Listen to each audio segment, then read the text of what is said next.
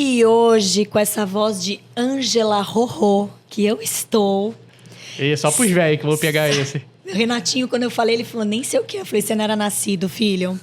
Estamos aqui no USA Talks com mais um convidado, uma convidada maravilhosa. Sou suspeita, Renatinho, porque acompanho há muitos anos. É amiga, é parceira.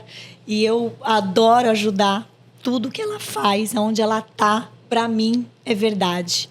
E aí, no USA Talks, vamos trazer quem, Renatinho?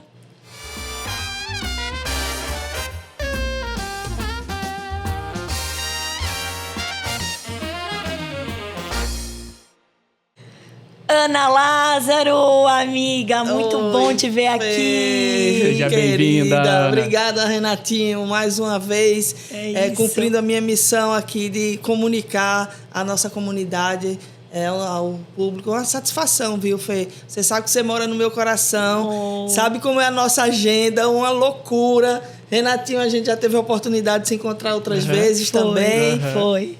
E a gente está o tempo todo tentando se encontrar, mas se falando. Obrigada pelo carinho, obrigada pela oportunidade. Imagina. Vocês nem imaginam o quanto é importante essa oportunidade que vocês estão dando aqui para a gente, hoje, nosso trabalho. Hoje o nosso podcast é chamado de utilidade pública. Posso falar assim? Pode, Exatamente. Claro. Temas fortes, temas necessários que muitas vezes temos tabus, Exato. temos medo, vergonha de falar.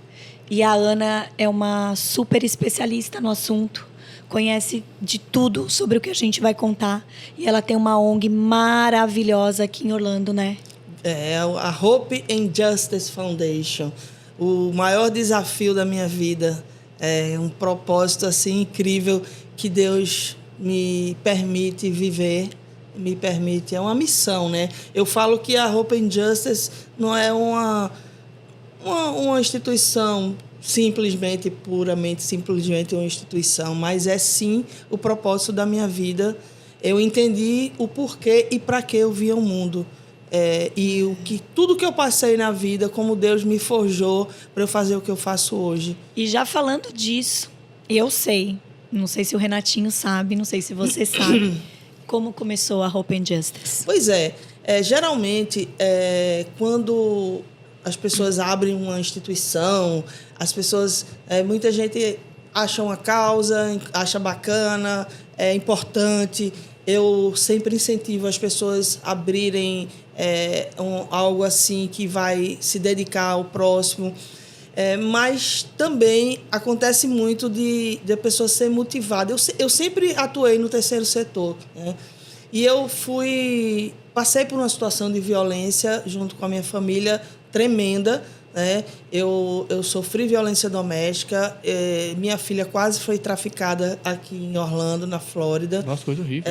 Eu vivi, quase fui assassinada, enforcamento, envenenamento, contratação de assassinos profissionais. Tudo aqui na Flórida? Tudo aqui na Tudo nos Flórida. Estados Unidos, amigo. Exatamente. Coisa O horrível. bagulho é louco. E assim, eu não fazia ideia do que era essa realidade, embora eu, como advogada criminalista no Brasil, atuei muitos anos na área criminal, na área de família, vivida. Viu muita coisa pesada, né?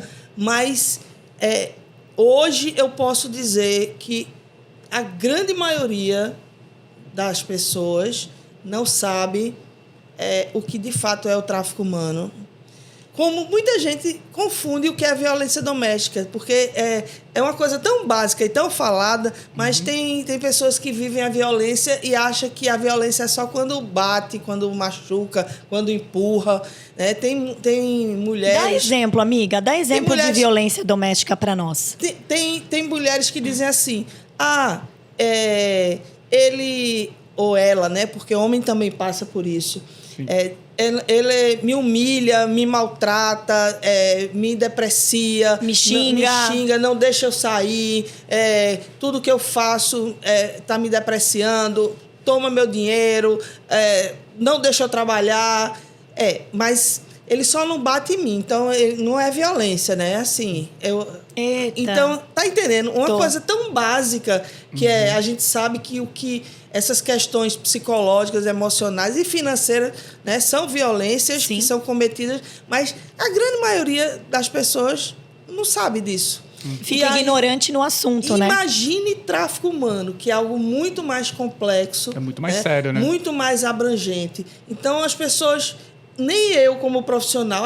Claro que a gente tem uma noção, estuda e tal, mas se você não se aprofundar na área, você não vai entender o que é, de fato, o tráfico humano. O tráfico humano, ele é um business. Eu posso interromper um pouquinho? Pode, claro. Vamos lá, só pra gente organizar um pouquinho, pro pessoal entender melhor o que é o A Hope and Justice. Hope and Esperança e Justice Foundation. Justiça. Vamos lá. Hoje vocês são uma ONG, né? Uma non-profit. Uma no-profit, Certo? exato. E vocês trabalham junto com algum órgão do governo? Como é que funciona essa relação? Vou te explicar. A Hope and Justice é uma instituição sem fins lucrativos, de iniciativa privada, porém com finalidade pública. Sim, legal. Nós temos a iniciativa privada, já está dizendo, mas a finalidade dela, os objetivos dela está voltado para o público, para a segurança, para a proteção, para a educação, entende? Para prevenção. Para prevenção. E sem fins lucrativos, porque a pessoa imagina, a ONG não é para ter lucro. Não, precisa ter lucro, mas o lucro ele não é dividido entre sócios. Sim. A diferença de uma empresa e para uma ONG é que o lucro que a ONG obtém, ela tem que ser revertido para manutenção, pagamento de funcionário, para as ações, as né? ações. Então, para E assim, não tem nada de errado receber dinheiro. É o mais certo. absolutamente não. Precisa do dinheiro, gente. O Para dinheiro é fazer para as tudo. coisas funcionarem da forma Exatamente. correta, né? Então, assim, nós somos de iniciativa privada e de finalidade pública. E por causa dessa característica de finalidade pública, a gente atua como suporte ao poder público.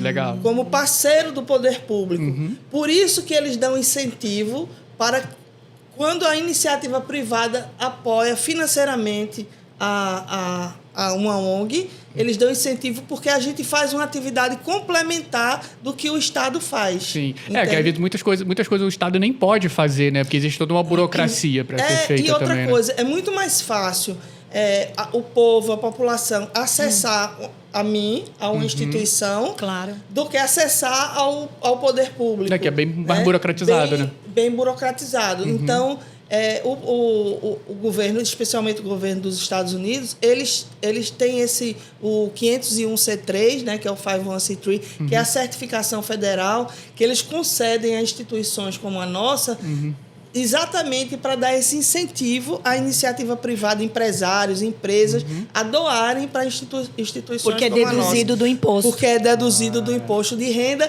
e a empresa que faz esse trabalho de doação, de desprendimento para ajudar uma instituição, eles veem essa empresa com outra perspectiva.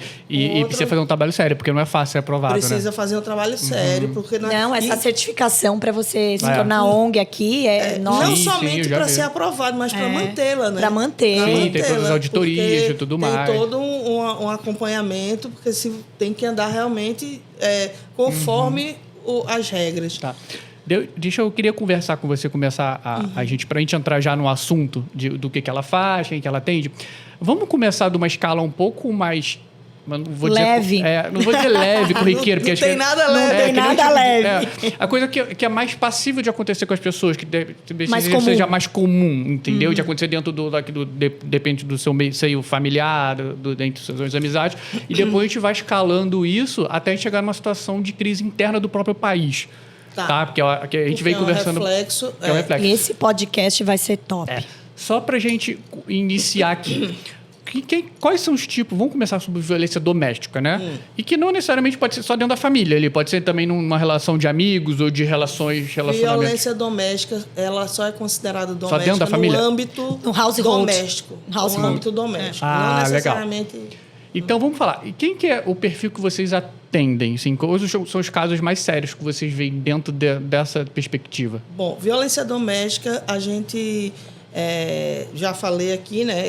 É quando acontece no âmbito doméstico, independente se é o marido, mulher, é um homem, filho, pai, irmão. mãe, filho, mãe. Houve algum ato violento, é considerado violência doméstica. Entretanto, o que eu vejo hoje é que, infelizmente, com o crescimento desse outro crime, que é o tráfico humano, a gente conecta esses dois crimes. A gente encontra a conexão entre esses dois crimes. Como assim, Ana? Em algum momento, esses crimes eles se conectaram ou vão se conectar. Quais são os casos? O tráfico humano, ele para ser caracterizado como tráfico humano, ele tem que ter uma conotação comercial. De transação. Corpo, dinheiro. Exatamente, transação. Ou comercial, ou algum ganho sobre aquela vítima. Tá? E aí o que é que acontece? Existem maridos, homens, que vendem suas próprias esposas. Nossa. Obrigam elas a se prostituírem. Vendem imagens dela para os amigos. Filmam o ato deles sem consentimento dela, sem ou com o consentimento viciado. Porque ela, muitas vezes, é forçada a fazer aquilo. E aí, você tem o que ali? Você tem a violência doméstica e você tem o tráfico humano. Sim. Só que as autoridades locais, principalmente as autoridades locais, policiais, assistentes sociais, muitas vezes não estão treinados para entender isso. E quando vai atender uma situação dessa, vai colocar ali a charge de violência doméstica. Porque não entende, não sabe o que é o tráfico humano. Não pegou ali o meandro, né? O que é o tráfico humano. Nem culpa dele, não tem treinamento para isso, né? Não, pois é. E é isso que a Fundação se propõe, capacitar esses profissionais. Aí o que é que acontece? Colocou violência doméstica, que é um crime com menor potencial ofensivo, o que eu não acho. Mas diante da lei, ou seja, é uma lei estadual que aqui da Flórida, daqui da Flórida, que não prevê a violência psicológica, patrimonial. Inclusive, a gente tem um projeto de lei tentando mudar isso. É uma proposta legislativa. E ali, aquele abusador, aquele criminoso, ele vai receber uma penalidade menor, vai ser liberado, vai pagar uma fiança. E o tráfico que ele cometeu? Que eles vendendo as imagens. Ou seja, tanto com relativo à proteção dessa vítima, ela vai estar reduzida, porque vai dizer, foi só uma violência doméstica. Só eu escuto muito isso, viu? Na Nossa, corte. é absurdo. Na corte. E eu falo, não foi só violência doméstica. Aqui tem tráfico humano também. Ele está vendendo as imagens dela. Ele está obrigando ela a transar, ter relações com outros amigos, com outros... Então, e como também tem com crianças. Tem pai e mãe que vendem os próprios filhos para os pedófilos. Ai, meu Deus do céu. Nossa, explodiu no Brasil do piloto que pegaram, tu não viu? Não. Do piloto brasileiro. Tô sabendo, não. Ele era envolvido numa rede de pedofilia, comprava, vendia. Eu acompanhei. E foi preso ele e tá caindo uma galera. Ai, tem que... Putz. A avó, né? A avó tava vendendo. Eu vi da avó. Eu vi da avó. Não, mas tava vendendo pra esse cara. Essa avó. Ele foi preso subindo no avião. Ele ia pilotar o avião, ele foi preso... Meu Deus. Não, terrível, terrível. Qual é a condenação dele? Exploração sexual infantil. Mas você não vai ver ali tráfico humano. Tá? Que é uma penalidade maior. Então, essas penas... É o crime internacional, né? Elas têm que tem que se complementar, lógico, entendeu? Lógico. Tem que aumentar a pena dele. Então, hoje é difícil. Agora, com as palestras, com os treinamentos, com a informação sendo difundida, isso está sendo mais trabalhado. Mas, especialmente no Brasil, você não vê isso. Eu conversei com policiais federais, eu conversei com policiais locais, conversei com o pessoal da ABIN, vários embaixadores, cônsul. Não sabem. Deputados, senadores. Não sabe ou faz parte do esquema, né, amiga? Né? As pessoas com quem eu conversei, eu não acredito, mas ficaram estarrecidas porque, não, eu não sabia que isso era tráfico humano, eu não sabia que E eu disse, meu Deus, como essa pessoa está na posição que está e não tem conhecimento disso. Eu fui Tem coisas que são meio óbvias, né? Pois é, Pois eu fui é. convidada por um desembargador, ex-presidente do tribunal, de um estado lá do Brasil, para treinar os magistrados que saem da escola de magistratura e não sabem o que é tráfico humano. E eles julgam os casos de Estupro. trabalho escravo. De trabalho escravo. Porque são magistrados trabalhistas, da área trabalhista. E acabou que não andou a coisa, eu não fui. Mas eu sei que tem muitos magistrados que não sabem exatamente o que é tráfico humano e tem que julgar aquilo ali. E a nossa fundação tem toda uma estrutura de capacitação, de treinamento que pode oferecer para essa categoria de profissionais. Legal. Você sabe, Renatinho, que teve um fato, né? A gente conta e não dá o nome do santo, mas eu atendendo, tá? Uma cliente, ela foi num evento meu de vinho, mulheres e riqueza. Você Isso lembra, aqui? né? Aqui. Eu tava, sei lá, recém-chegada na indústria, então isso já tem uns 6 anos. Ela foi num evento e aí ela falou, olha, eu preciso muito do seguro de vida com benefício em vida. Eu falei, ok, até aí... Não, mas cliente normal. Normal. Ok. 3 agendamentos do Zoom, lembra? Ela não me atendia. Tipo, cancelava em cima da hora. Eu falei, não é possível. Aí, num dia, quando ela conseguiu fazer o Zoom comigo, falei, nossa, ainda bem que deu certo, tal. Aí ela pega e faz assim, ó, na câmera do Zoom.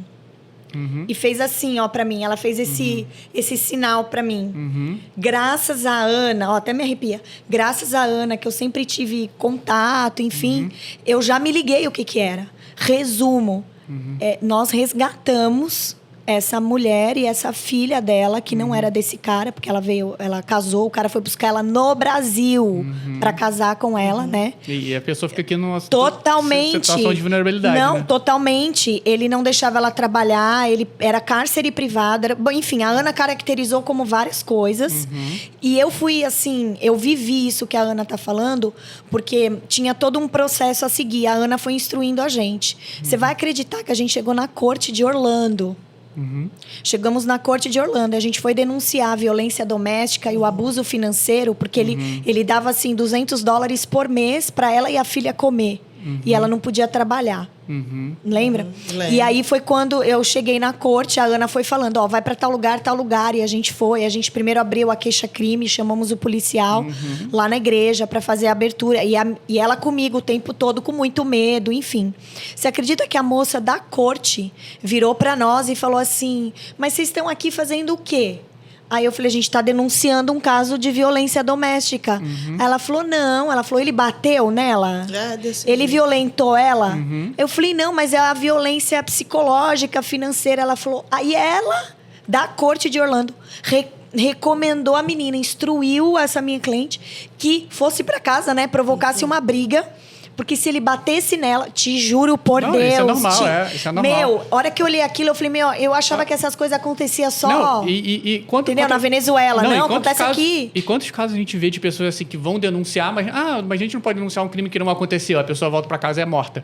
Isso acontece direto. Exatamente. Mas assim, a Fê levantou um ponto que já era a minha próxima pergunta, né? Até pra gente esclarecer para as pessoas o que é o quê. Porque a gente fala aqui de violência doméstica, a gente só imagina que seja o quê? O marido batendo na mulher.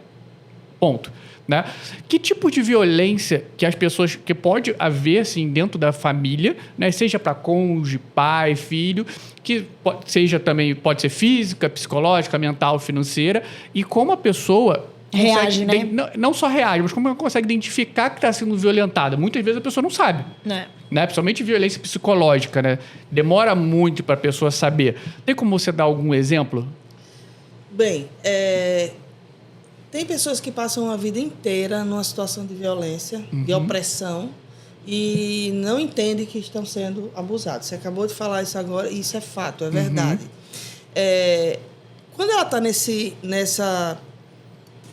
estágio, muitas vezes que a gente classifica como síndrome de Estocolmo, ou tem o que chama trauma bond também, é uma síndrome que a pessoa ela não consegue ver essa realidade. E como é que isso se instala? Como é que isso se inicia?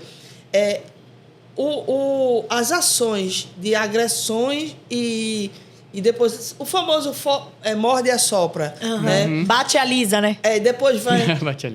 Tem mulher que fala assim, não, meu marido me bateu, meu marido... Ou vice-versa, eu gosto de ressaltar sempre, porque tem muitos homens também sofrendo violência doméstica. E não são poucos, tá? Então, meu cônjuge me bateu, fez isso, fez aquilo... Mas ele me levou para jantar, ele fez uma viagem comigo, Fala ele me sério. deu um presente, ele comprou Ele é um bom pra mim, ele é pai. um bom pai. Esse ciclo vai desencadear na mente da pessoa uma paralisação do... E que é normal, que ela tá vivendo algo normal. Uma paralisação do raciocínio lógico dela. A cognição dela vai ser afetada. Então, Nossa. as emoções vão fluir mais. Então, nesse processo bioquímico, fisiológico, ela vai realmente entrar e ela não vai enxergar isso. Ela vai, tipo, aceitar que aquela é a rotina, a vida dela é Vai assim, aceitar. pronto. Casamento é assim, Aí ameaça, tudo. Vai chegar um ponto, ou que algum familiar, ou um filho, ou algum amigo ou amiga, tente despertar ela para isso e busque ajuda, ou vai chegar num momento que vai dar um lance assim e ela vai se dar conta do que está vivendo e vai buscar ajuda. Vai tentar, pelo menos, buscar ajuda. Então, é algo assim que é imprevisível. Se a pessoa estiver vivendo uma síndrome dessa, ela não vai identificar, ela não vai conseguir identificar. Sempre é bom sempre pedir ajuda a terceiros. Como funciona? Ela não vai. Ela nem percebe, Rê, que ela tá... Nossa, isso é muito triste. É muito triste, porque é tipo assim, não, tá tudo bem, tá tudo certo, isso é assim mesmo. Eu tenho uma conhecida daqui que ela passou 22, 23 anos casada, todo dia ela apanhava do marido. O que é isso? Todo dia. Aí, quando ela se separou, ela veio pra cá e se separou e contou a história dela pra mim, depois como ela tinha se separado. Aí eu perguntei, eu disse, mas como é que pode? Você, 22 anos, ela disse, Ana, eu vi meu pai fazer isso a vida inteira com minha mãe. Eu pensava que isso era casamento. Que era normal. Era normal. Oh, meu Deus. Normalizou. Quando a gente fala que o mundo tá aceitando a violência, tá aceitando a promiscuidade, esse Concordo. caos, porque a mídia, toda a estrutura, todo o sistema começa a normalizar isso. Normalizar a prostituição, normalizar a pornografia. A vulgaridade. Você pensa que esses arquivos que foram revelados agora do Epstein, da elite mundial, foi porque eles me descobriram a gente. Não, eles vazaram propositadamente para trazer essa normalização, melhor dizendo, desses atos. Porque é uma coisa assim tão... Isso já acontece há anos, né, Ana? Há centenas de anos. Ai, meu Deus. Centenas de anos. Somente aqui nos Estados Unidos, os últimos números que eu tive, que eu acessei, são mais de 800 mil crianças que desaparecem por ano. Fala sério. Por ano! Não, e depois que tira do país já não acha mais, né? Tira do país, usa aqui, em todo canto. É uma coisa absurda. Esse país é o primeiro no mundo de consumo de pornografia infantil. Nossa. Os Estados Unidos? Os Estados Unidos é o primeiro no mundo. Então, assim, isso normaliza na cabeça da vítima, entendeu? Me bater... eu fui acostumada Ou controlar o dinheiro, não ter dinheiro. Então, essa pessoa só vai sair desse ciclo da violência se alguém de fora, ou familiar, ou amigo, começar a despertar essa pessoa, tentar acordar essa pessoa e ajudar, ou se chegar no fundo do poço, num momento crítico, por exemplo, o que é que muitas mulheres dão uma acordada quando machuca o filho? Entendeu? Mexeu no filho, né? Aí o instinto materno fez, epa, peraí, comigo até então eu tô aguentando, mas com meu filho, com minha filha, eu não posso aceitar. Tem muitos casos assim. Tem mulheres não, que aceita também. Não, e aqui a gente já tem um agravante, falando mais da nossa comunidade de imigrantes, né, que somos, a questão de documentação também, né? Ainda Às vezes tem mais você, isso. por exemplo, ou você pode ser seja um brasileiro, seja um americano, igual que a Fê estava contando a história, né? Que traz a pessoa para cá, ela fica num estado totalmente de vulnerabilidade, porque ela não conhece ninguém, não tem um emprego, às vezes não tem um documento e tal. E Essa você pessoa conseguiu o E fica VAWA. controlada. É VAWA que VAWA, fala? é. Ela conseguiu o green card dela pelo VAWA, porque a advogada, tudo foi comprovado que ela sofria abuso aqui nos Estados Unidos de um americano. Então isso é muito Olha, sério, cara. É muito Horrível. comum as pessoas julgarem, dizer assim, não, é porque veio atrás de um casamento, é porque veio atrás de uma... ou de uma mulher, ou de um homem. mas isso não justifica ser violentado, né? Aí escuta, mas o que é que acontece? Muitas vezes, não é a pessoa o imigrante que vem atrás. Muitas vezes mesmo, existem organizações, estruturas preparadas para verdade. buscar lá. Sim, É, sim. todo esquema. Todo Acho que a esquema. grande maioria, Aí né? vai lá. Eu tive um caso na fundação que era uma mocinha, uma senhora, uma jovem, do interior da Bahia.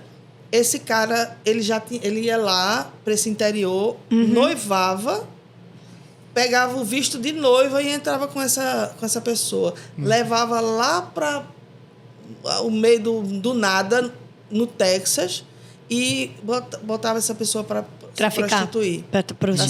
Para fazer dinheiro para ele.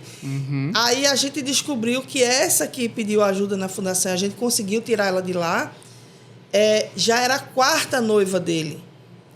Aí me pergunta, como é que esse cara consegue tanto visto de noiva e passa de boa na imigração? Como? É aí que eu falo que é o esquema. Sempre tem alguém levando vantagem. O caso do Epstein foi isso. Tem um monte de gente. Esses bandidos estão infiltrados em tudo que é camada da sociedade. Tudo dinheiro. Tudo que é camada. Você viu aí o que aconteceu com o brasileiro lá, o Felipe Martins, que teve todo esse escândalo aí, que a entrada dele nos Estados Unidos colocada lá sem ele ter vindo. E agora foi revelado o nome dos agentes de imigração que estavam envolvidos e tal. Do esquema. Então, assim, se a pessoa não for uma pessoa bem informada, uma pessoa que busque essa informação... Tem pessoas que dizem assim... Por isso a importância de um podcast como esse. Por isso a importância de pessoas como vocês darem voz a um bate-papo como esse. Porque as pessoas não estão conectadas, não estão ligadas com isso. Então, elas caem muito fácil. E tem medo, tabu, não quer falar, tem vergonha. Ou então diz assim, eu não quero saber disso não. Bom, se você não quiser saber, ótimo, mas você vai ampliar o seu alvo assim nas suas costas de forma estrondosa. Porque quanto mais você ignora, como é que você combate um inimigo que você não conhece? Verdade. Você não sabe quem é. O cara está ao teu redor, é um inimigo que vai fazer mal à tua família. Se ninguém fala nada, ninguém sabe. E você não sabe. Tá achando que... Tá entendendo? Então, a importância da informação é muito grande. Hoje, Ana, como que a Fundação está preparada para ajudar a comunidade? Eu sei que a Fundação ela é global, né? Ela é internacional. Mas hoje, aqui na nossa comunidade, como que você está preparada? Você tem algum curso, algum workshop, alguma coisa que você fornece para a gente? Sim, nós temos, desde sempre, um curso gratuito que a gente dá para a comunidade dos sinais do tráfico humano. E dentro do tráfico humano, a gente aborda essa questão da violência doméstica, do abuso sexual infantil e tudo mais. Esse curso eu dei durante muito tempo, uma vez no mês, gratuitamente para a comunidade. Entretanto, o que eu falei, a gente vive de doações. No início, nós tivemos doadores que abraçaram a causa, que ajudaram bastante, mas depois se retiraram. A gente não consegue doação fácil. Eu tive que entregar a primeira sala, depois eu tive que entregar a segunda sala, e a gente promovia esses cursos dentro da nossa estrutura. Então, hoje eu estou migrando para uma plataforma completamente online e os cursos presenciais eles serão cobrados. Online eu vou fazer o curso, mas assim, um valor simbólico para locomoção, para uma água, para uma coisa básica. E cursos para empresas porque vai ter o selo de, por exemplo, a sua empresa, me contratou, deu o curso para todos os seus agentes. Aí a sua empresa, os seus agentes, eles vão ter o selo da fundação, que é uma empresa safe e se preocupa com a comunidade, com a segurança dos seus funcionários. Entendeu? Legal. Deixa eu voltar para te fazer uma outra pergunta. Vamos lá. Só trazendo, depois eu queria abordar essa questão do tráfico humano, né? Okay. Um pouquinho, queria só dar um passo para trás. Vamos lá, eu estou dentro do meu seio familiar ali, identifiquei que eu estou sofrendo algum tipo de abuso, seja psicológico, moral, agressivo, físico e coisa. Qual o primeiro passo que eu devo fazer? Eu procuro um advogado, eu vou na polícia, eu procuro ONGs como as suas. O que você aconselha que a pessoa faça no primeiro momento, essa primeira coisa? A primeira coisa, na hora que você identifica, eu recomendo que você procure uma instituição como a nossa. Uhum. Por quê? Porque nós trabalhamos de forma multidisciplinar. Tá? A gente tem profissionais de todas as áreas. Desde a área da educação, dos cursos, da formação, como da área de denúncias, da área dos advogados, dos psicólogos. Porque não adianta... muitas vítimas, elas têm a coragem de procurar, mas quando chegam lá, elas travam para fazer a denúncia. Aí a gente já cuida dessa vítima na parte psicoemocional. E no caso também, às vezes, a língua é um dificultador também, né? A gente tem tradutores, mas muitas vezes é o medo, mesmo, gente. É o medo. Então, antes da denúncia, a gente faz um trabalho com essa pessoa, né, de fortalecer, de acolher.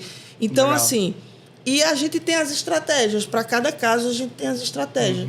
E que, cada vez mais, a gente vai tendo expertise.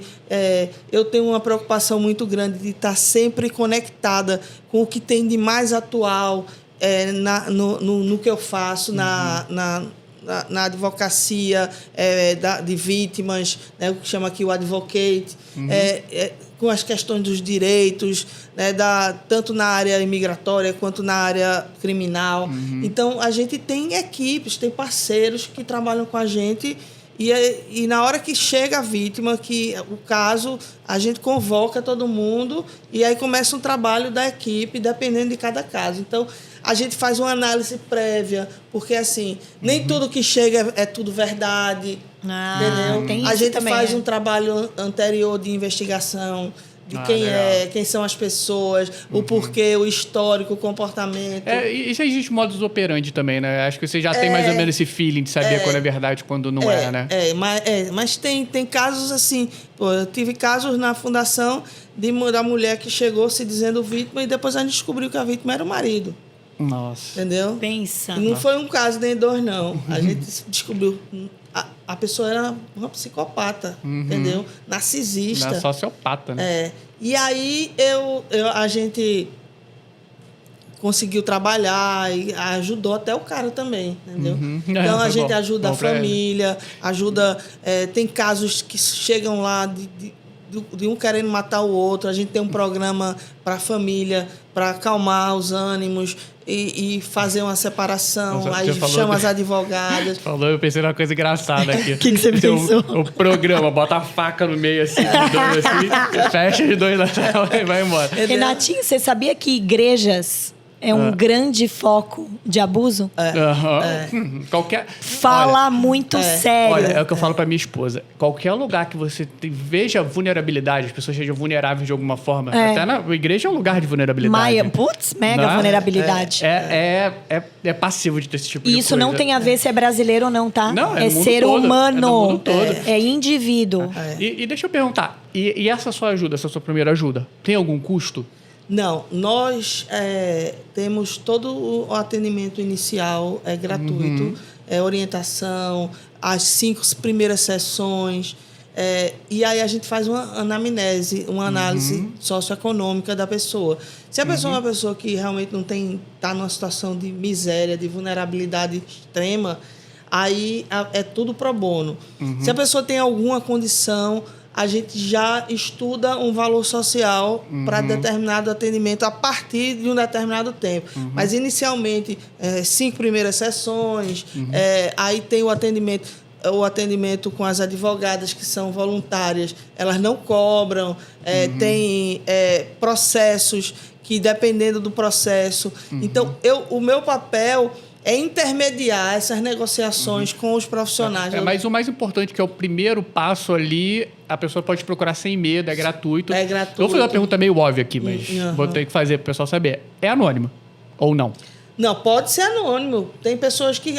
eu quero... Recentemente, um homem... Eu quero que seja anônimo. Eu disse, então, não, você não precisa aparecer. Agora, não pode ser anônimo pra gente. Não, eu tô falando Pra assim, gente, porque o nome eu não dela não vai entro- ser divulgado, não vai entrar em não. contato com o marido. Não. nada do Geralmente tipo. a Ana esconde. Absolutamente não. De jeito nenhum. A ideia é proteger... E também funciona terceiros.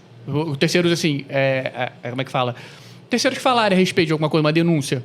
Também funciona? Funciona, Vamos supor, terceiro, funciona. sei lá, eu tenho uma irmã que está recebendo esse tipo de coisa. Aí eu vou lá e posso entrar em contato com você? Funciona, terceiros. Porque de repente é mais fácil a pessoa identificar, Pois né? Eu não. mesma já mandei sei lá vários. quantos casos pra Ana.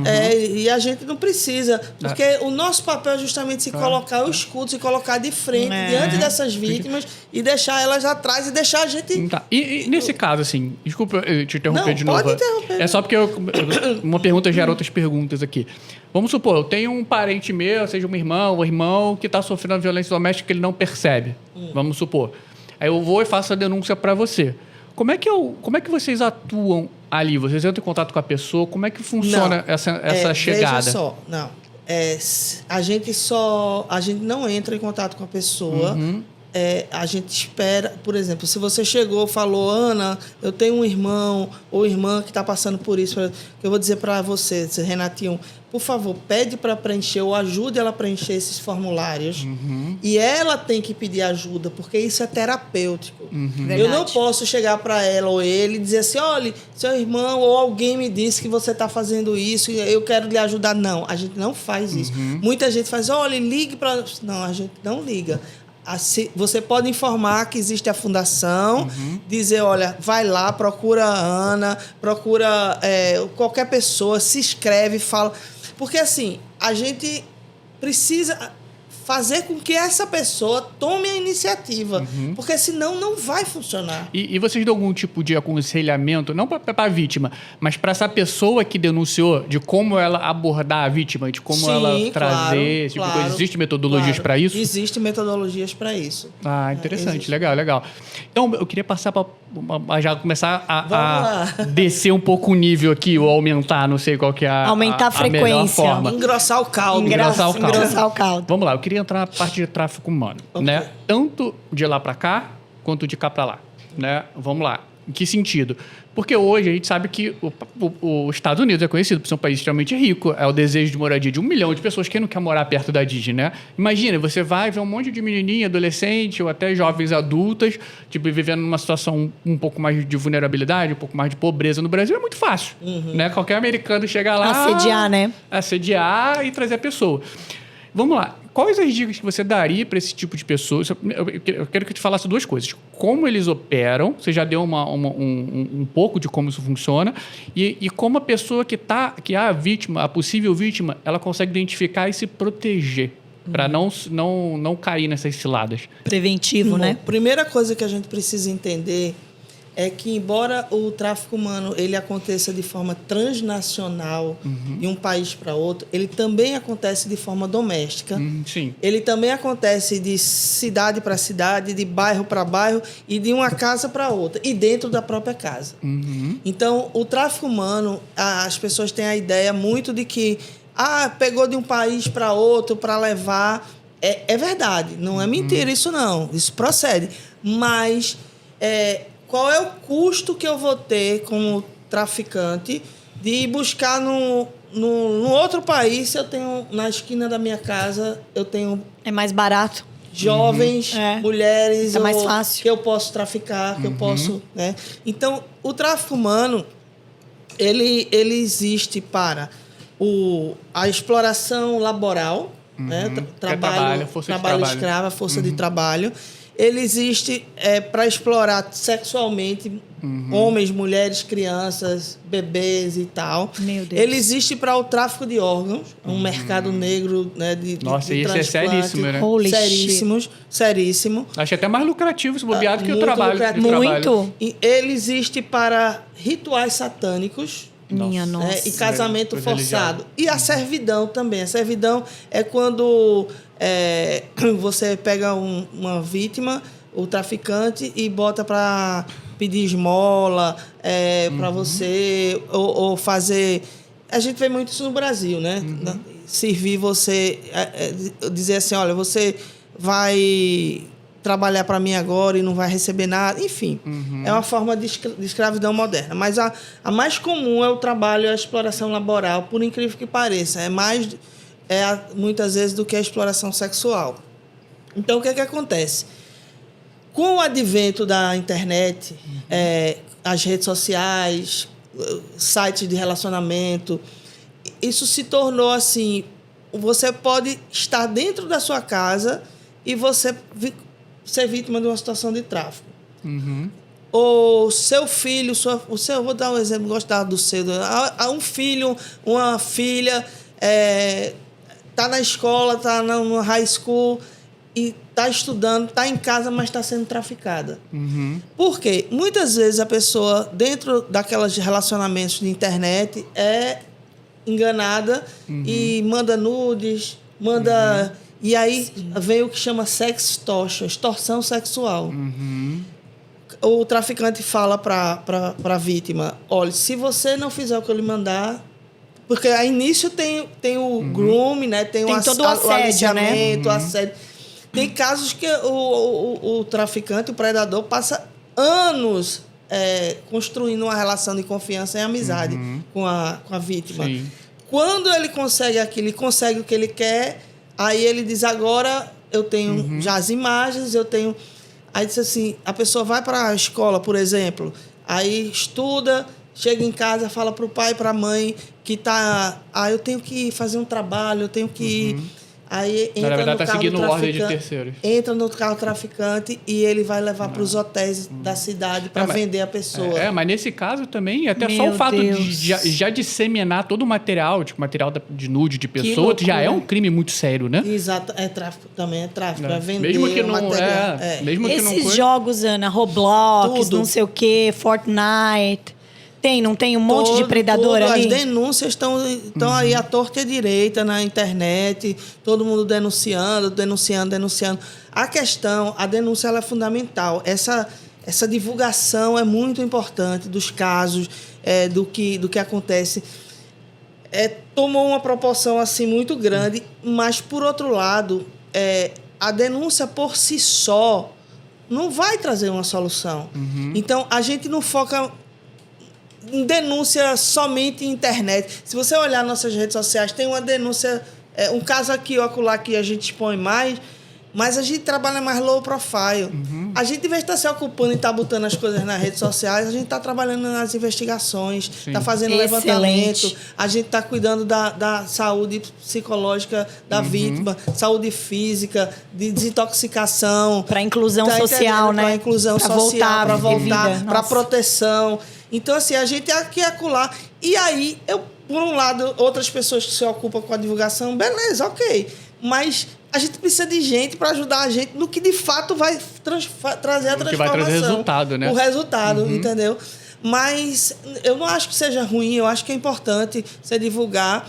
Agora, o tráfico transnacional. O tráfico transnacional, basicamente ele obedece a mesma regra. Muitas vezes a pessoa vem aliciada, feito...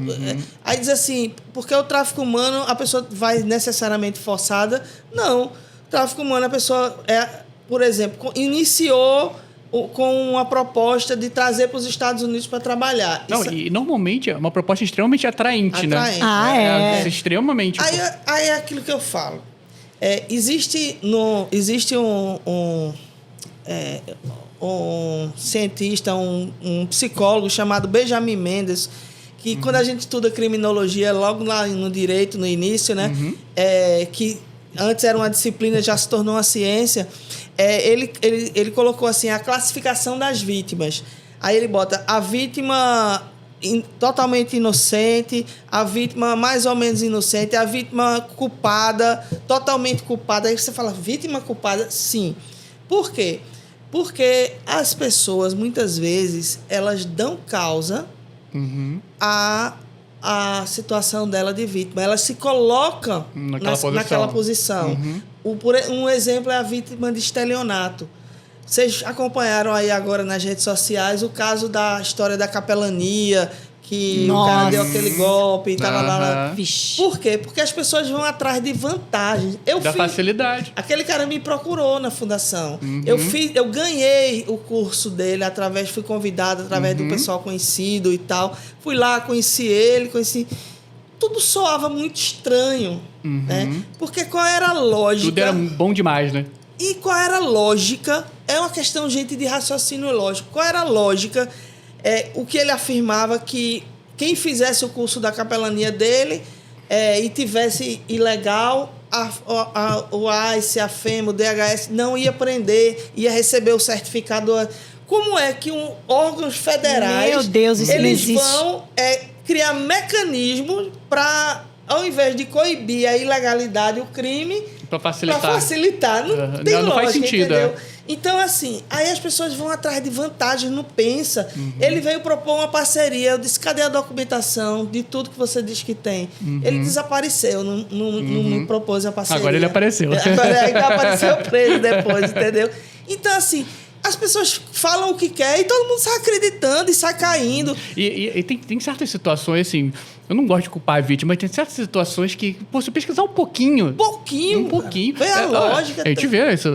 Uma coisa que a gente bate muito aqui nesse mercado de imigração também. É o que mais acontece, né? A vantagem. Então, minha avó já dizia, esmola muito grande, o santo tem que desconfiar. O santo desconfia. Mas eu concordo. Aí tem gente que gosta de... Vai atrás da vantagem e não pensa, não raciocina, não tem um pensamento crítico, quer só se dar bem, quer só... A gente que vive aqui em Holanda, a gente vê os casos que acontecem de estelionato, extorsão, engano. Muitos. O tempo inteiro.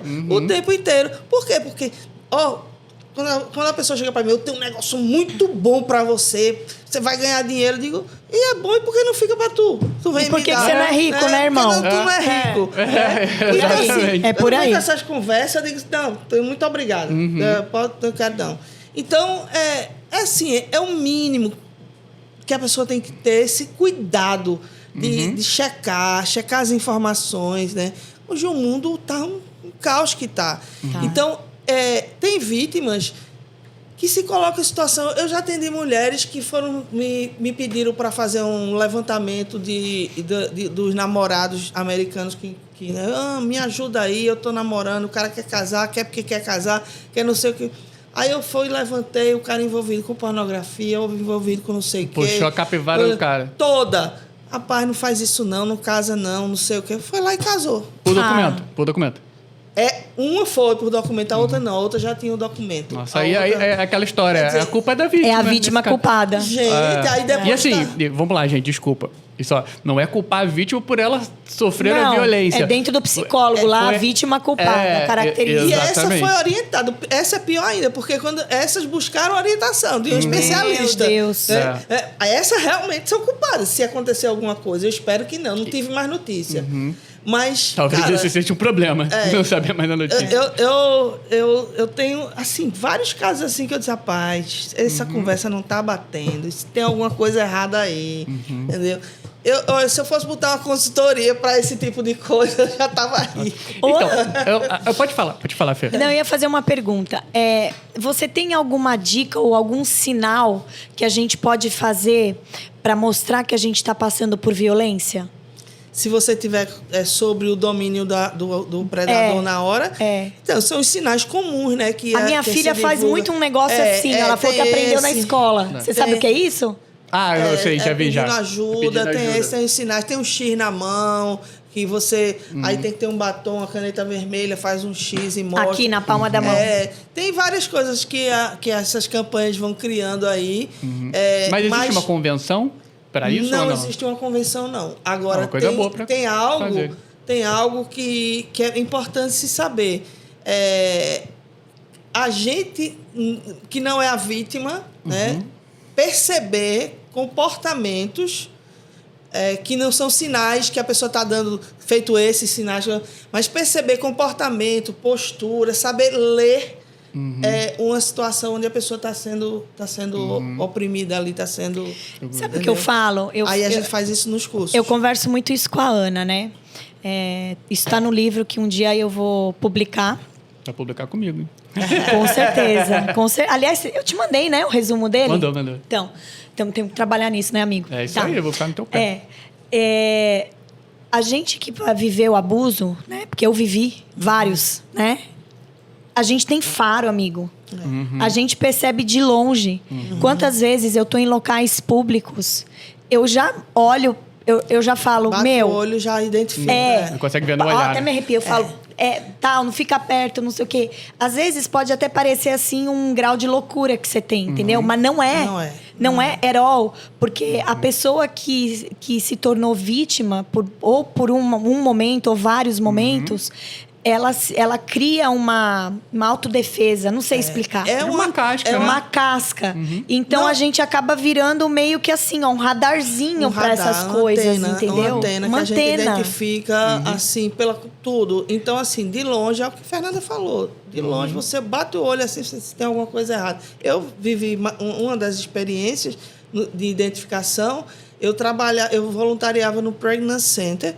Eu estava lá na recepção atendendo e entrou um senhor, mais ou menos seus 60 anos, com uma jovem bem bonita, assim, ela devia ter uns 20 e poucos anos. Meu Deus. E o Pregnancy Center é um local onde as mulheres que estão grávidas vão com o objetivo de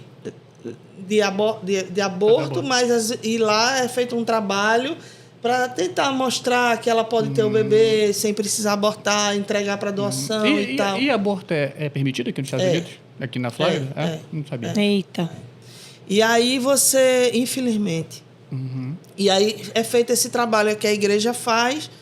E aí ela já estava no 5º aborto desse cara. Meu pai. Desse velho aí? Desse cara. Isso já deixou de ser uma red flag, já é uma black flag. E aí, escuta só. Nossa. Aí eu vou, atendo ela, vou pedir o nome, vou pedir... Aí ele responde o nome. E ela muito bem arrumada, as unhas feitas e tal, alta.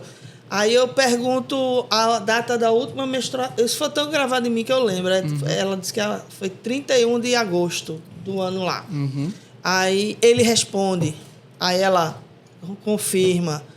Aí ele não deixava ela responder nada. Isso já é uma característica. Meu Deus. E vamos ser honestos. Nós maridos, a gente não sabe nem onde fica a colher na cozinha. Exato. Eu ia falar isso agora. Fala sério. Eu disse, esse cara é um traficante, é o cafetão dessa menina. Aí eu perguntei de onde ela era. Turquia. Putz. A menina era da Turquia. Nossa. Provavelmente não era filho dele, né? Era de clientes, entre aspas, dela, né? Aí eu disse... Nossa, aí eu parei. E o cara foi na igreja, numa ONG, lá na... Fala, é muito ele só sangue queria fazer frio, um meu aborto, irmão. Não interessa, é muito sangue frio. Porra, esse cara não tem alma não, de bicho. sacanagem. Não, eles são... Eu arranco a unha com alicate se eu pego um cara desse. Era Carmen, minha querida Carmen, um grande abraço para ela, a diretora do centro, e ela sabia o que eu já fazia. Aí eu fui lá dentro, chamei Carmen e disse, Carmen, essa situação está acontecendo assim, assim, assim. Eu tenho certeza que essa menina é traficada e esse cara é um traficante. Nossa, Ana. É o cafetão dela. Aí Carmen foi lá. Aí quando você preenche, dá as primeiras informações, aí vai um link para o celular, né, da pessoa. Aí foi um link para o celular para a pessoa preencher o restante dos dados. E aí ele estava preenchendo. Ele tomou o celular e ele estava preenchendo. Ela não tinha celular. Ela estava com o celular na mão, aí ele pegou, tomou o celular e ele começou preencheu a preencher. tudo. Ele preenchendo. Todas as informações que ele colocou, eu chequei, com exceção do nome, eram deles. Era dele. Endereço, tudinho. Nada dela. Nada dela. Aí, Carmen, quando chegou, ele estava preenchendo. Aí Carmen disse, olha, quem tem que preencher é ela. Aí ele pegou, passou para ela e ficou assim, todo desconfiado. Quando ela terminou, que submeteu... Aí Carmen, pode entrar aqui. Aí ele foi atrás. Aí Carmen, não, o senhor fica. Só que já estava preparada a sala lá A dentro. polícia, tudo? Não tinha chamado a polícia. Aí tava... Por quê? Porque ela é maior de idade.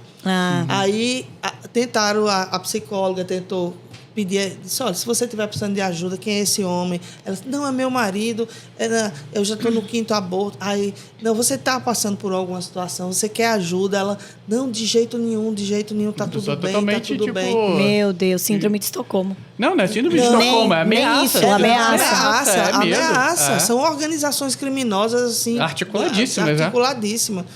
Aí, ela não quis, não abriu. A gente não pôde fazer nada. Eu fiquei tão frustrada. Gente, eu não posso com isso, porque eu já meto um fuzil. Não posso, irmão. Sabe o que eu fiz? Eu peguei o endereço. Vai sair um corpo e uma prisão presa. Eu peguei o endereço, depois, né? Eu fui atrás, sabe onde era esse endereço? Eu achei o endereço. Fui levantar a vida dele. Ele é dono de uma frota de limousines para acompanhantes de luxo. Ai, Cássio. O caso está todo montado aí. Meu Deus. Deixa eu te fazer uma pergunta, uma coisa que me chamou a atenção. Como é que vocês sabem que era o 5º aborto dela? Ela falou. Ela falou. Mas não existe um sistema para ser verificado isso? Ou ele vai sempre no mesmo lugar? Não. Ela falou. Na hora que ela estava lá dentro, ela disse, não, é porque meu marido. Porque foi fora da supervisão dele que ela falou isso, né? Foi. Na hora que ela entrou. Porque entendeu? Isso, tipo assim, eu acho que se isso fosse uma primeira informação, fosse checada de cara... Agora, se ela dissesse assim, eu estou sendo traficada, eu preciso de ajuda... Ela não saía mais dali. Oxe, tá aí... Nem ele. Ele saía, mas ia... Preso, algemado, entendeu? É complicado. Ele devia sair no saco preto de lá. Pois é. Aí, você fala assim, de mim, que eu tenho um fuzil, você é um saco preto. Sai no saco preto. Então, assim, eu identifico na hora. Eu digo, eu aposto o que você quiser. Se eu disser isso, a gente vai lá e descobre isso mesmo. Vamos lá. Aproveitando esse assunto, eu queria botar sobre uma outra perspectiva isso. Vamos lá. A gente sabe que existe esse tráfico humano. Vamos criar um cenário aqui. Da pessoa que veio de um outro país, como o Brasil, Venezuela, os situações mais de pobreza aqui para os Estados Unidos e acabou caindo no meio dessas quadrilhas, né? E está trabalhando no trabalho escravo, tipo, numa fazenda e tal.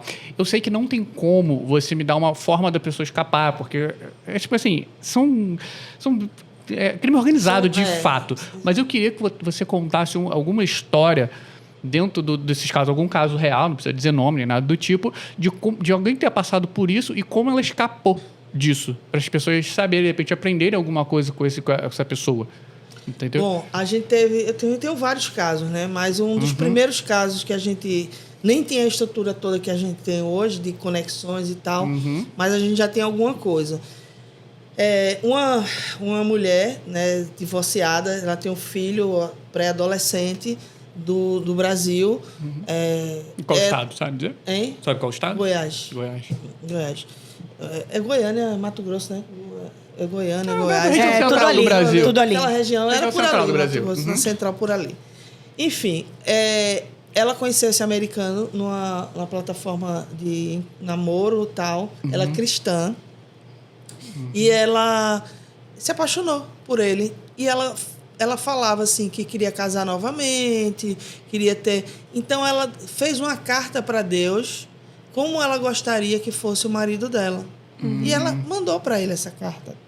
Então, ele se enquadrou no cara que ela queria. Deu o briefing pro cara. Deu o briefing todinho pro cara. 1 ano e tanto o cara namorando com ela por correspondência, por Zoom? Por Zoom, por rede social.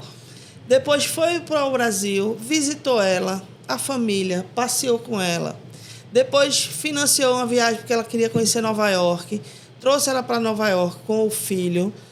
Dormiram em quarto separado porque ele se dizia cristão, então só podia ter sexo depois do casamento. Desculpa.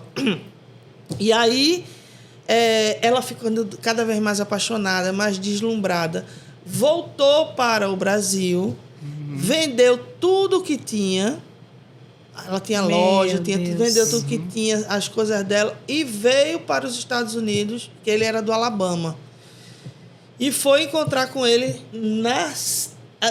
quando ela veio para Nova York, ela chegou aí nessa cidade, lá no norte do Alabama. A casa dele linda, maravilhosa, conheceu a mãe, a igreja que ele frequentava, tudo bonito.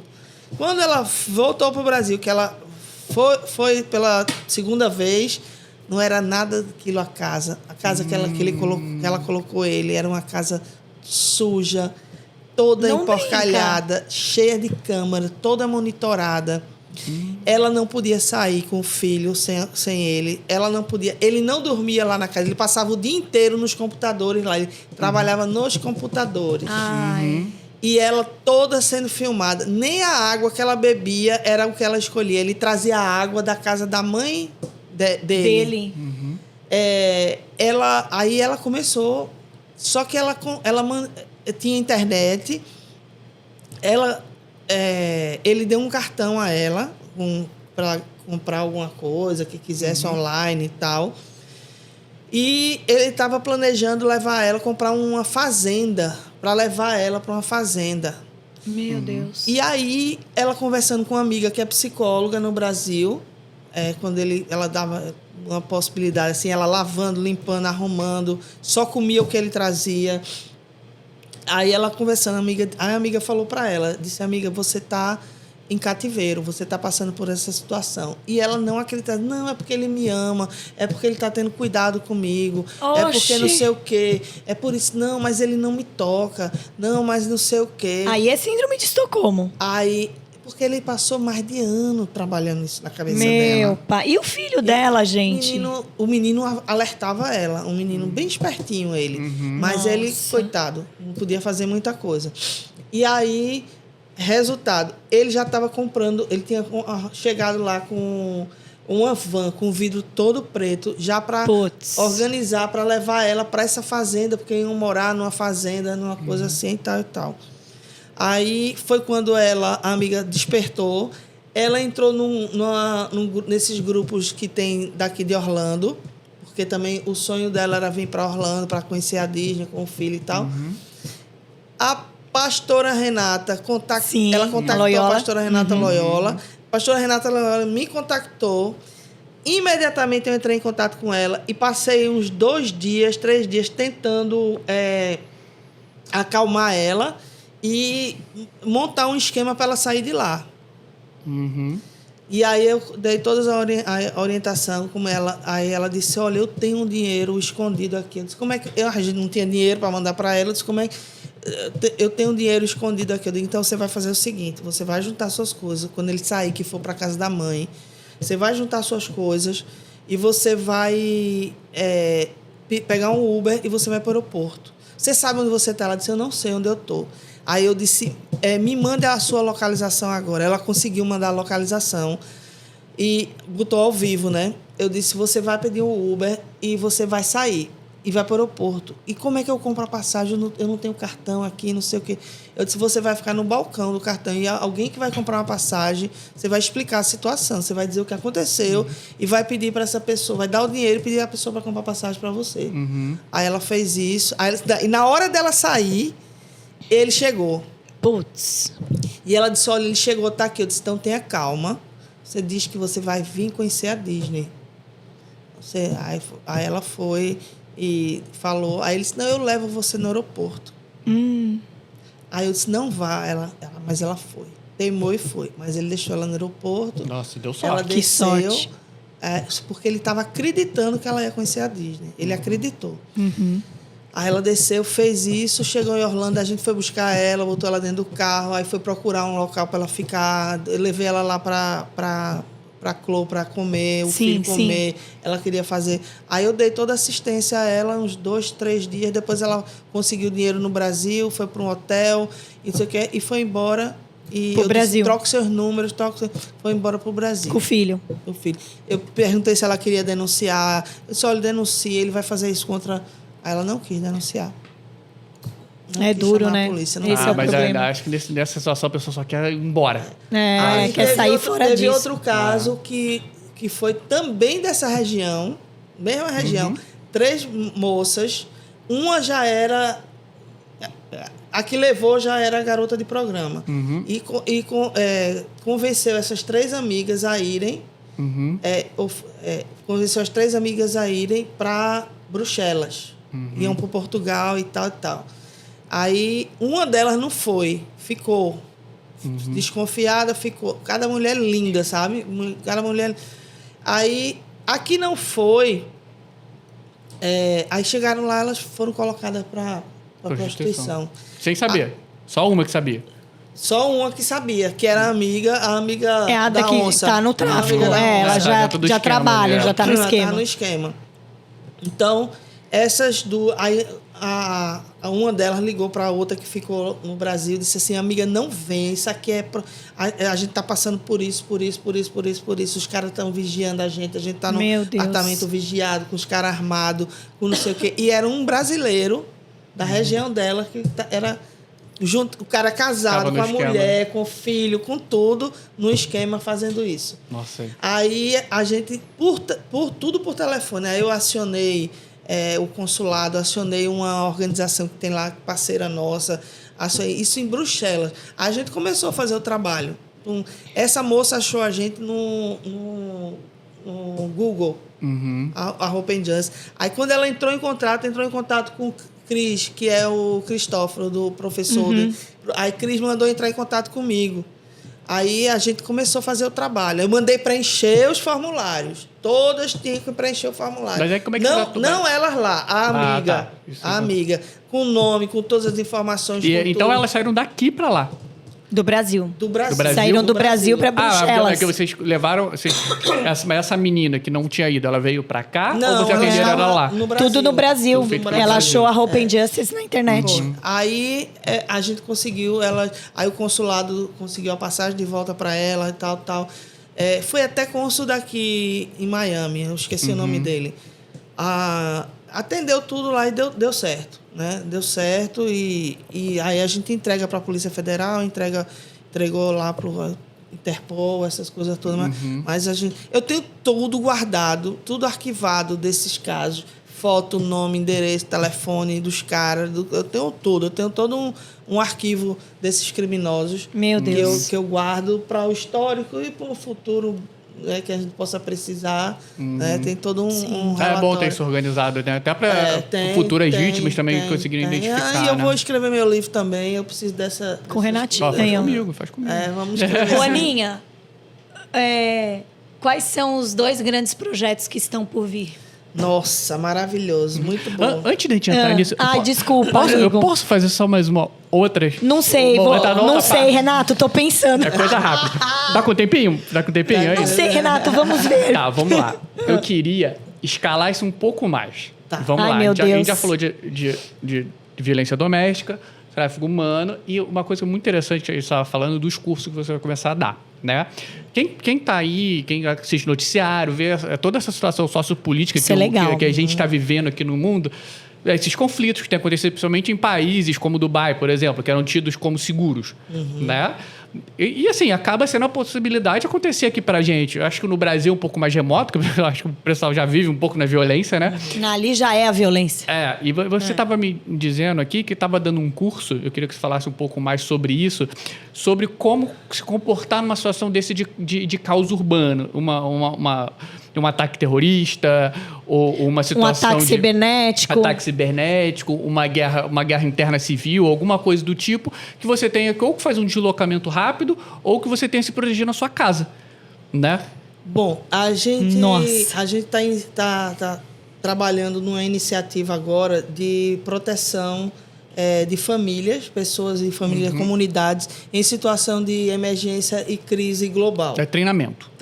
São workshops. São workshops para leigos, inclusive, não é porque a gente tem vários graus desses workshops.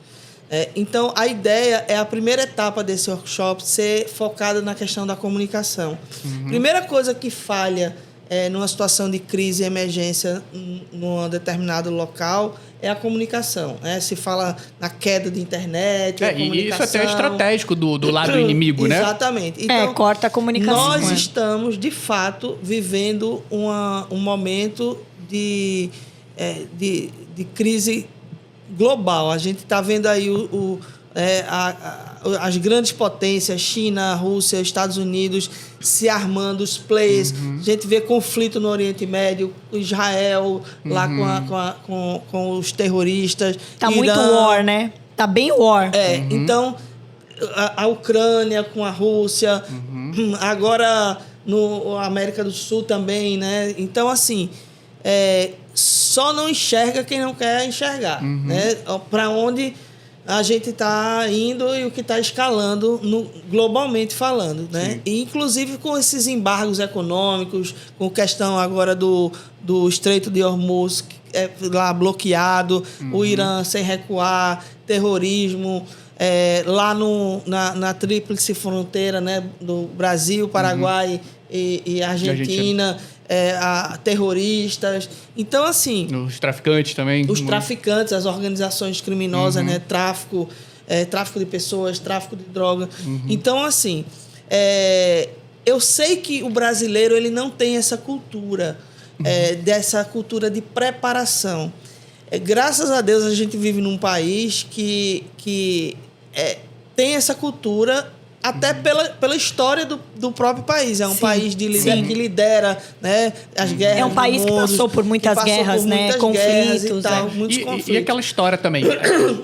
Por ser o maior país do mundo e tal, a maior potência do mundo, é difícil acontecer as coisas. Mas quando acontece, o grau de gravidade. Não sei se pode dizer. A gravidade é outro nível, né? Exatamente. Sem contar com os desastres naturais, né? De tornados, terremoto, queimada, neve, essa coisa toda. Então, numa situação dessa de... E tem mais um detalhe. Não só o que está acontecendo aqui no planeta mesmo, mas também as questões espaciais. Você vê, nós estamos vivendo aqui uma tempestade solar fortíssima. Ontem tivemos o lançamento do foguete. Eu até achei que nem ia acontecer, ia ser adiado por causa da tempestade solar. Nossa, que afeta... Foi demais. Foi lindo. Foi lindo. Foi demais. Um momento histórico, né? Aí, eu não assisti. Nossa, eu assisti ao vivo. De arrepiar. Eu ainda saí pra fora de casa para ver se eu conseguia ver lá da minha casa. Que às vezes eu lá de casa pra ver alguns foguetes subindo. O pessoal da vizinhança postou vários vídeos. Muito bom. Então, o que é que acontece? A gente precisa proteger nossa família, nossos filhos, a nossa comunidade. Então, essa iniciativa, ela se propõe a treinar essas famílias em várias etapas. A primeira etapa seria da comunicação, né? A gente tem várias camadas de segurança na comunicação, onde a gente vai ensinar o que você deve fazer. Se acontecer uma situação crítica de emergência, você está trabalhando num canto, sua esposa está no outro, seu filho na escola, a outra não sei aonde. Como é que vocês vão fazer? O que é que vocês vão fazer? O trânsito fechou, não tem como os sinais do caos. E aí? Então, esse workshop é exatamente para orientar, treinar as famílias a saberem se conduzir numa situação dessa e salvar a sua própria vida e a vida de outros, focando na comunicação. E dá uma dica pra gente do que é? Pronto. A dica, primeiro, é você se preparar, né, psicologicamente. É aquela história, se você esperar o melhor, mas se preparar para o pior. Sim. Então, focando na comunicação, a gente sabe que se cai a internet, então existem recursos muito acessíveis e básicos para você se comunicar offline. Através de telefones, de rádio. A gente tem as frequências. Bora comprar rádio, Renatinho. Bora comprar rádio. Então, dentro desse workshop, eu vou ensinar vários níveis. Tem o nível mais econômico, que você vai ter um material ali que vai atender sua necessidade, vai dar para se comunicar. Você vai ter um nível mais equilibrado, que você vai conseguir mais alcance. E vai ter um nível profissional, que é o que a FEMA tem, que é aquela coisa que é celular bem satélite já. Que já tem. E como eu vou fazer, o que eu preciso fazer? Basicamente, para numa hora dessa, eu conseguir me comunicar com a minha família, me locomover, ter o ponto de encontro, para onde ir, o que fazer, como fazer. Essa é a primeira etapa do workshop, a gente vai focar nisso. E a gente está buscando empresas parceiras, é um curso acessível, $100 por pessoa, e que essas empresas parceiras queiram financiar famílias para fazer esse workshop, porque isso vai impactar também na comunidade. Sim. Cada família bem treinada nisso aí, vai salvar a vida da família. E é menos caos numa situação de exatamente. Então, nós vamos iniciar esse workshop, a gente está montando as turmas.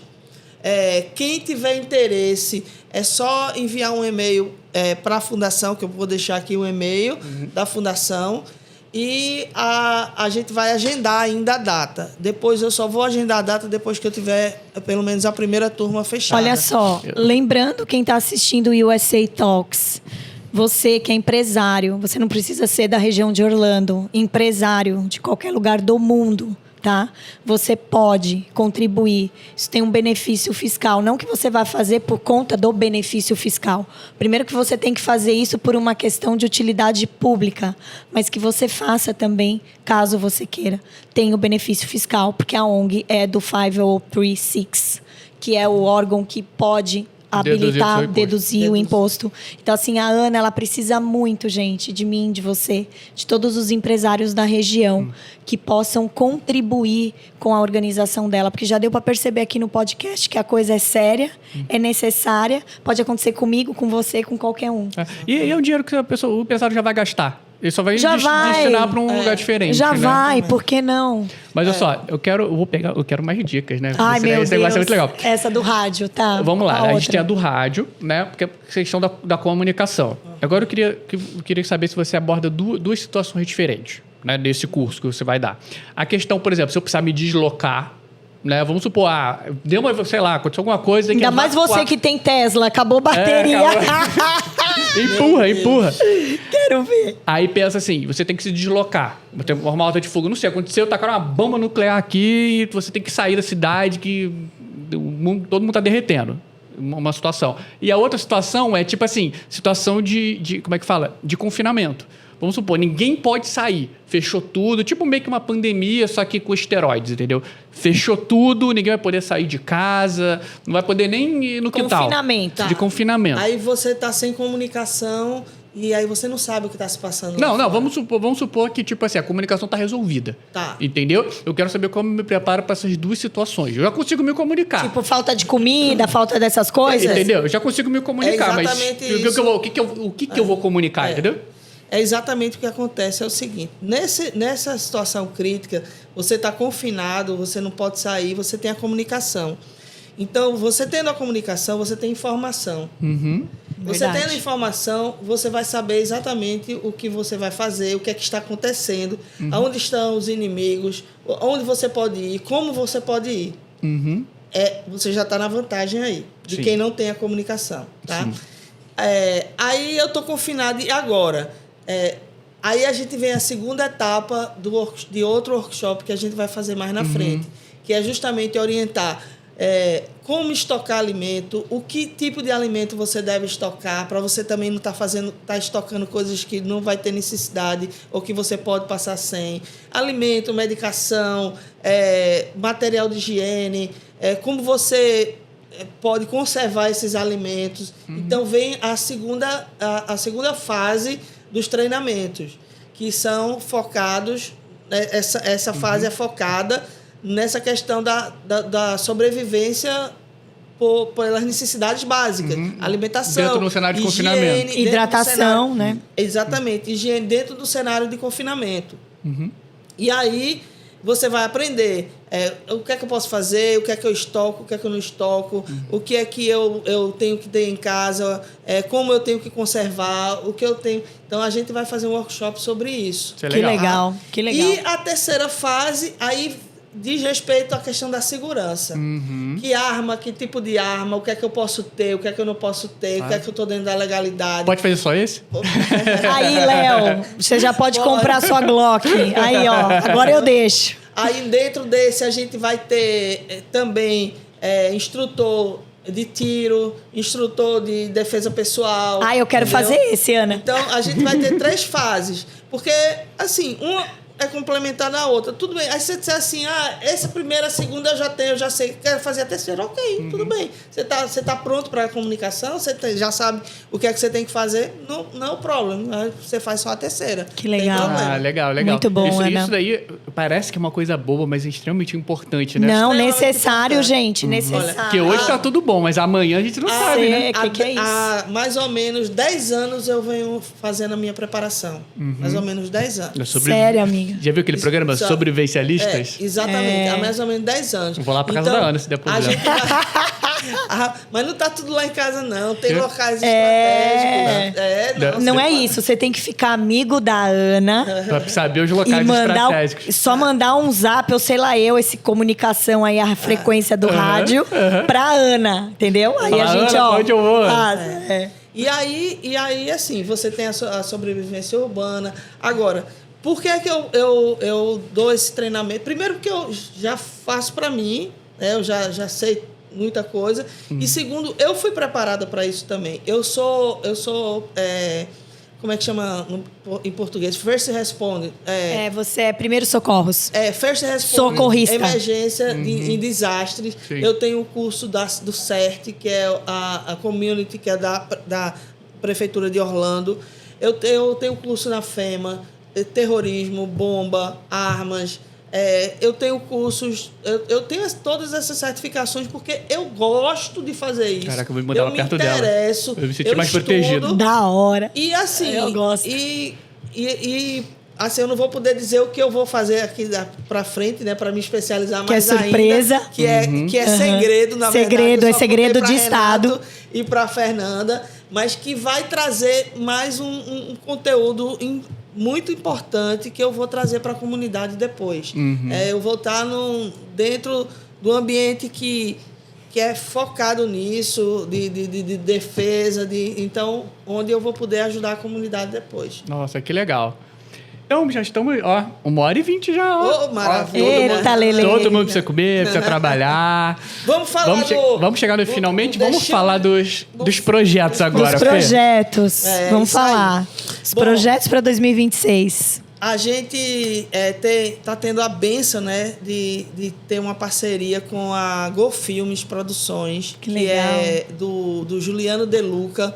Juliano De Luca é um cidadão brasileiro e canadense que tem uma TV chamada TV Go Live TV, que também é um cristão, faz um trabalho incrível junto com a família dele, com a Karen, a esposa, que é a diretora de fotografia dos filmes. Filmes cristãos, filmes que denunciam esses crimes contra a criança. E ele está produzindo aí o The Children of God, que é um filme que denuncia e traz conscientização sobre o tráfico de crianças, sobre a exploração sexual infantil. A gente tem aí um trailer, um teaser também dos filmes, algumas imagens que eu estou mandando aí para vocês compartilharem. A gente está buscando... Ele está trabalhando em cima do levantamento de recursos. É um filme que está alçado em mais de 5 milhões de dólares. Mas ele já está bem adiantado. Ele tem todos os equipamentos, já gravou aqui, está com apoio da polícia, do FBI. Que legal. E é parceiro nosso da Fundação e também apoiando a Fundação. Os empresários que ajudarem nesse filme também tem o 501c3. A Fundação vai ajudar a Fundação também. E eu vou ter a honra de poder participar, atuar no filme. Graças a Deus, lá nos meus 18, 20 anos, eu fiz um curso de atriz. Gente, a Ana Nossa, que demais! E aí eu vou atuar como... A proposta né? A gente está vendo ainda, mas como uma policial undercover que vai se infiltrar no meio dos que legal. traficantes. E conta pra gente o que é esse projeto. Sobre o que é o filme? Sobre tráfico de crianças. Tráfico de crianças. Denuncia, tem... Mas tem é documentário, é drama, como é que é? Tem drama, tem crimes, tem mostrando exatamente como as organizações criminosas Children of God. The Children of God, as crianças de Deus. E vai passar onde? Netflix? A gente ele está negociando com algumas empresas que fazem a distribuição do filme. Essas distribuidoras. As distribuidoras e tal. Então, assim, eu tô ajudando a divulgar. Foi a Go Filmes que apoiou a nossa ida no CIPEC para dar voz às vítimas. Inclusive, assim, eu quero deixar claro que nossa fundação, a gente não tem placa de igreja, nem tem partido político, mas temos valores e princípios cristãos que são inegociáveis e que a gente entende que nós precisamos ser luz nesse mundo. A gente sabe que há muita sujeira na política, há muita sujeira no sistema religioso, sistema político, sistema governamental, mas dentro desse sistema a gente precisa ser luz nessa escuridão. A gente precisa ser sal na terra. Então, a gente, enquanto cristãos verdadeiros, a gente precisa ir a esses locais, a gente precisa conectar para poder levar a palavra, para poder levar nossos valores, para poder transformar esse mundo, né? Então, pela boa obra do Senhor. Então, às vezes, vem as críticas, porque você estava não sei o quê, não sei o quê. Gente, se você é um verdadeiro cristão, você tem que abrir sua mente. Você não pode deixar de cumprir sua missão, seu papel. Você não vai criar alianças com o mal. Mas tem uma história que eu costumo contar, uma piada bem conhecida entre os cristãos, que é daquela quando o cara dando uma entrevista, o senhorzinho dando uma entrevista numa rádio, ele dizendo que estava passando fome, estava passando... Ele era crente... Aí um pai de santo ouviu, né? Ouviu e disse assim, eu vou pegar esse crente agora. Aí fez uma cesta básica bonita, encheu assim, bateu na porta dele. Aí ele abriu, quando ele abriu, ele disse, olha, eu vim aqui trazer essa cesta básica para o senhor sabe quem mandou? Aí ele, muito obrigado, pegou a cesta. O senhor sabe quem mandou? Ele disse, não, ele fez, foi Satanás. Ele disse, mas... Até Satanás obedece quando Deus manda, tá vendo? Que legal! Até Satanás então, obedece. A gente tem que entender que a gente precisa ser firme, ser coerente com os nossos valores e princípios, mas a gente precisa ocupar espaços para trazer luz nessa escuridão. A gente não pode se omitir. É a omissão dos bons que faz o mal prosperar. Concordo. Então, eu fui ao CIPEC, fui muito bem recebida, consegui entrevistar algumas pessoas lá que eu gostaria, foi muito corrido, mas eu quero agradecer aqui ao Juliano, a Go Filmes, pelo apoio, sem esse apoio a gente não poderia ter ido, mas e instigar, né, e convocar os verdadeiros cristãos, empresários, para ajudar as nossas iniciativas. Essa iniciativa desses workshops é muito importante, gente. Sim. A gente vai divulgar. Tá entendendo? Mas eu quero que agora você fale, para o pessoal ter saber mais informações, tudo. Fala para aquela câmera ali, aonde liga, qual o site, onde que entra em contato. Bom, nós temos um app, o super app, Hope Juice. Porque o Super App, a gente encurtou o nome, né? Hope and Juice. Se você for na loja da Apple ou do Google, né? Você vai conseguir baixar. No Super App, você vai encontrar tudo da Fundação. O nosso Human X, você vai encontrar links para pedir ajuda, você vai encontrar informações, palestras, treinamentos, o local onde você pode fazer doação.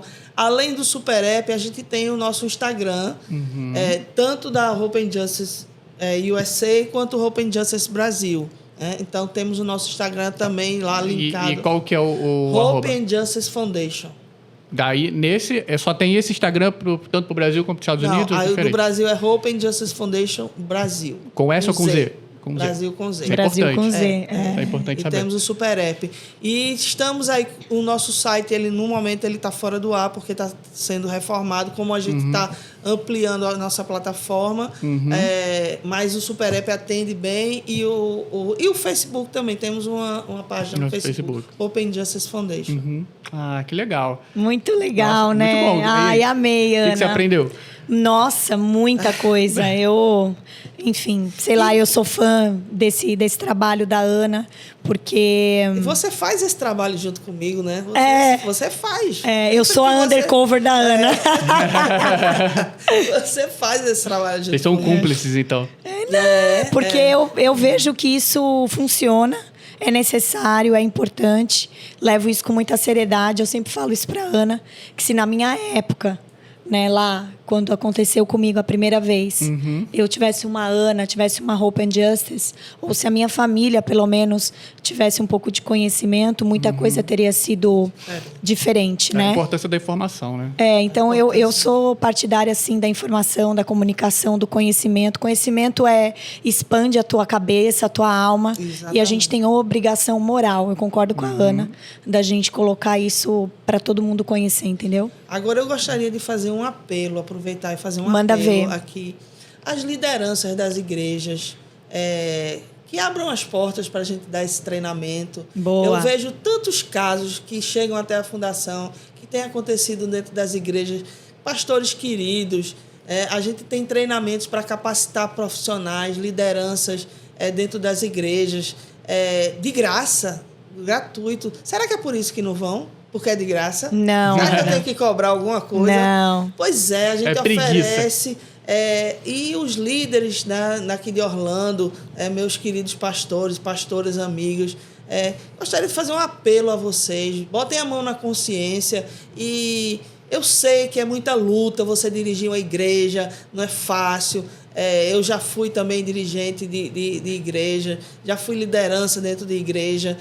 Eu sei como é complicado, principalmente nos tempos de hoje. Sim. Mas está aqui a fundação disponível para ajudar o grupo, dar treinamentos. A gente tem esse treinamento de segurança mesmo dentro das igrejas, identificar. Tanta coisa está acontecendo. Recentemente teve uma audiência de outra vítima que dentro de uma outra igreja aqui também que aconteceu. Então, assim... Coisa horrível, né? Lugar que a pessoa vai buscando proteção. Pois é muito importante. E a igreja que fizer esse treinamento vai ter lá o selo também da Hope and Justice Safe Place, né, contra tráfico humano e tal. As lideranças vão ter lá o seu certificado. Bora tocar fogo no parquinho dos pastores. Que isso? Já temos o corte. É isso aí. Grande abraço para todos. Olha, Ana, muito obrigada pela sua presença. A gente aprendeu bastante. Demais, foi ótimo. Tamo junto, viu? Muito obrigada a vocês pelo espaço, pela oportunidade. Eu espero poder voltar aqui pra gente conversar. Pode. Com claro. certeza, vai ter próxima. Vocês vão fazer o treinamento, né? Vamos. Já, 1, 2 e 3. O terceiro eu sei que vou fazer. Valeu, gente. Tchau, tchau. Tchau, tchau.